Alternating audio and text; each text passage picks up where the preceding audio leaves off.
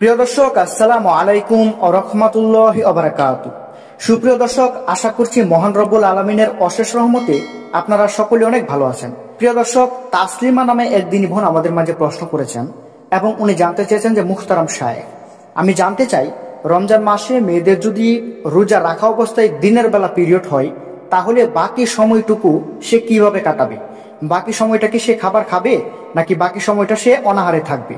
যদি আমাকে এই বিষয় সম্পর্কে একটু বিস্তারিত ধারণা দিতেন তাহলে অনেক উপকার হতো। তো ধন্যবাদ প্রিয় দিনী বোন, আপনি অত্যন্ত গুরুত্বপূর্ণ ও জীবন ঘনিষ্ঠ একটি প্রশ্ন করেছেন আমাদের মাঝে। আমরা ইনশাল্লাহ আপনার প্রশ্নটির যথার্থ উত্তর দেব, তাই ভিডিওটি না টেনে সম্পূর্ণ দেখবেন।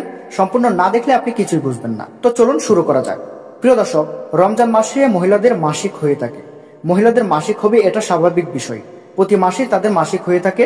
তবে রমজান মাসেও অনেকের মাসিক হয়ে থাকে, এমনকি রোজা রাখা অবস্থায় দিনের বেলাও মেয়েদের মাসিক হয়ে থাকে। তো সেই অবস্থায় তারা অনেক বিপাকে পড়ে যায়, তারা বুঝতে পারে না যে তারা কি করবে। এই অবস্থায় রোজা ভেঙে ফেলবে নাকি রোজা সারাদিন পার করবে, এটা নিয়ে অনেকে অনেক রকম দ্বিধাদ্বন্দ্বে ভুগে থাকে এবং অনেকেই বুঝে উঠতে পারে না যে সে কি করবে। তো সেক্ষেত্রে আপনার কি করা উচিত চলুন জেনে নেওয়া যাক। প্রিয় দর্শক, ইসলাম ধর্মবিদরা মনে করেন দিনের বেলায় পিরিয়ড শেষ হলে অবশিষ্ট সময় থেকে ইফতার পর্যন্ত খাবার ও পানি গ্রহণ থেকে বিরত থাকতে হবে। তো দর্শক, এখানে বলা হয়েছে যে কোনো মেয়ের যদি দিনের বেলা পিরিয়ড হয় মানে মাসিক হয় তাহলে ওই মেয়েকে রোজা না ভেঙে মানে রোজার সম্মানার্থে তাকে রোজাটি না ভেঙে ইফতার পর্যন্ত পানাহার থাকতে হবে।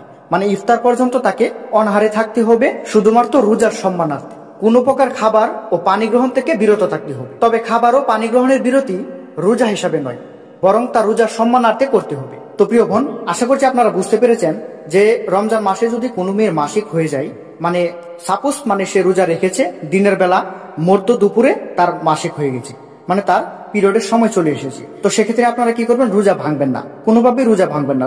রোজার সম্মানার্থে আপনার রোজাটি ইফতারের আগ পর্যন্ত চালিয়ে নিতে হবে। ইফতারের পরে আপনি গোসল করবেন এবং ইফতারের সময় এলে স্বাভাবিকভাবে আপনি ইফতার করবেন এবং আপনি খাবার খাবেন। তো প্রিয় দর্শক, আশা করছি আপনারা সবাইকে বোঝাতে পেরেছি। ভিডিওটি ভালো লাগলে অবশ্যই একটি লাইক করবেন এবং আমাদের চ্যানেলে নতুন হয়ে থাকলে অবশ্যই চ্যানেলটি সাবস্ক্রাইব করবেন। সকলে ভালো থাকবেন, সুস্থ থাকবেন। আসসালামু আলাইকুম, আল্লাহ হাফেজ।